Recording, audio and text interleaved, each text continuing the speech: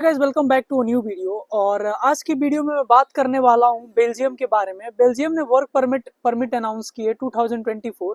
तो मैं सोचा क्यों ना मैं वीडियो में सारी चीज़ें क्लियरली आपको बताता हूं बेल्जियम के बारे में। ठीक है कि आखिर क्या क्या प्रोसेस है। थोड़ी सी पहले मैं आपको बेल्जियम की ओवरव्यू देता हूं बेल्जियम कंट्री के बारे में। देन मैं आपको बताऊंगा क्या प्रोसेस है, कैसे आपको फाइंड करनी है जॉब, एंड आपको कितना एनुअल पे मिलेगा। एंड देन आपको लास्ट में बताऊंगा कि आप कैसे बेल्जियम में आने के बाद अपने परमिट को रिन्यू कर सकते हो परमानेंट परमिट के रूप में। एंड वीडियो में बहुत इंपॉर्टेंट टॉपिक के बारे में बात करने वाला हूँ मैं आईटी प्रोफेशनल्स के लिए एक बहुत यूनिक चीज़ लेके आया हूँ, तो वीडियो को एंड तक देखना। एंड वीडियो को स्टार्ट करने से पहले मैं अपना एक छोटा सा इंट्रोडक्शन दे देता हूँ as usual.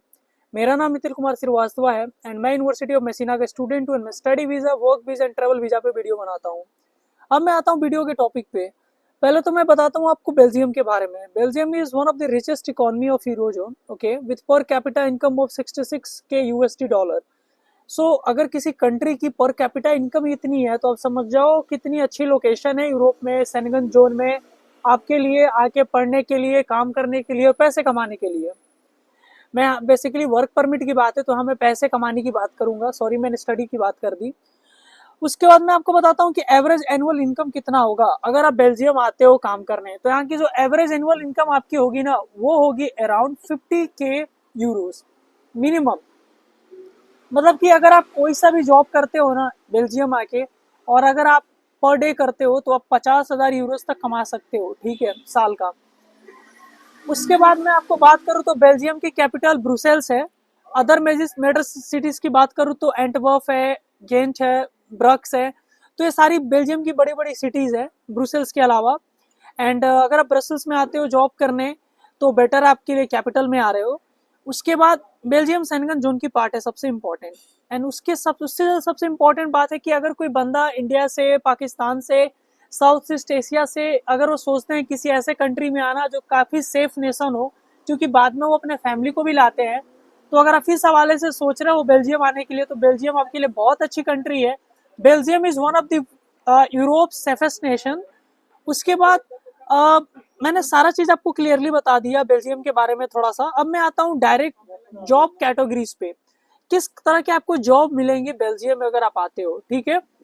So basically the high demanding jobs in Belgium are hospitality sector, agri and food farm sector, nurses, doctors, IT professional, financial professionals, आप फाइनेंस सेक्टर में काम करते हो, स्किल टेक्नीशियंस, सॉरी अगर आपके पास फाइनेंस सेक्टर की, IT sector की डिग्री भी है तो भी आप आ सकते हो, बिल्डर्स की जॉब, लॉजिस्टिक्स की, वेयर हाउसेस की।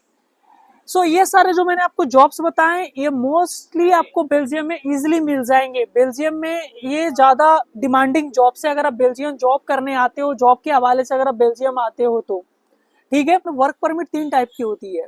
जो फर्स्ट कैटेगरी की वर्क परमिट होती है ना, उसमें क्या होता है कि आप किसी भी एम्प्लॉयर के लिए वर्क कर सकते हो अनलिमिटेड पीरियड ऑफ टाइम के लिए, ओके। उसके बाद आता है टाइप बी वर्क परमिट। अब जो टाइप बी वर्क परमिट होता है ना, उसमें क्या होता है कि आप एक एम्प्लॉयर के लिए वर्क करोगे एटलीस्ट 3 to 4 ईयर्स। एंड अगर आपको टाइप ए वर्क परमिट चाहिए तो आपको टाइप बी वर्क परमिट में पहले काम करना पड़ेगा। सो बेसिकली अगर आप टाइप बी वर्क परमिट के लिए बेल्जियम आते हो, काम करते हो, तो 4 साल बाद आप उस वर्क परमिट को इजिली आप क्या कर सकते हो, एक्सटेंड करवा सकते हो और कन्वर्ट करवा सकते हो टाइप ए वर्क परमिट में। उसके बाद यहाँ पे टाइप सी की वर्क परमिट भी होती है, बट वो बेसिकली असाइलम सीकर्स के लिए होती है और अनस्किल्ड वर्कर्स के लिए मोस्टली होती है।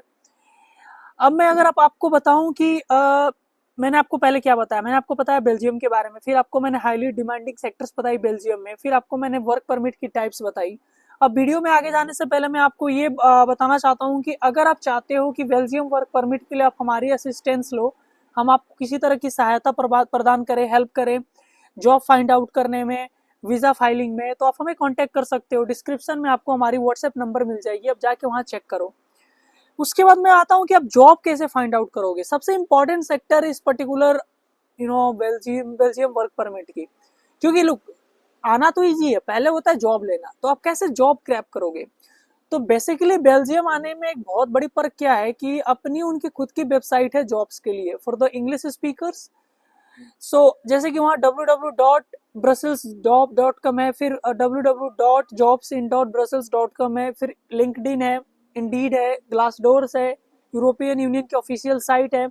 अब सारे वेबसाइट्स पे जाके चेक करो, आपको इंग्लिश में मिल जाएंगे जॉब्स बेल्जियम में, और बहुत बड़े अमाउंट में मिलेंगी। बहुत सारे जॉब्स वहाँ खाली हैं बेल्जियम में। अब उसके बाद मैं आपको बताने वाला हूँ कि कैसे आप वर्क परमिट के स्टेप्स को फॉलो करोगे अगर आपको वीजा चाहिए तो।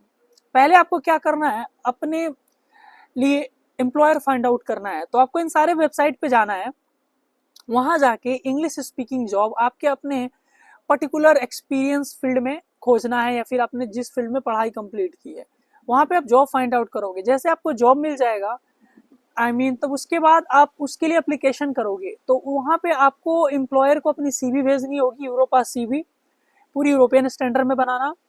उसके बाद आपको भेजनी होगी अपनी एक छोटी सी मोटिवेशनल लेटर। मैं आपको पर्सनली सजेस्ट करता हूं, मैं हर वर्क वीजा की वीडियो में बोलता हूं, अगर आपको जॉब चाहिए गारंटेड तो एक छोटी सी मोटिवेशन लिख के भी भेजो।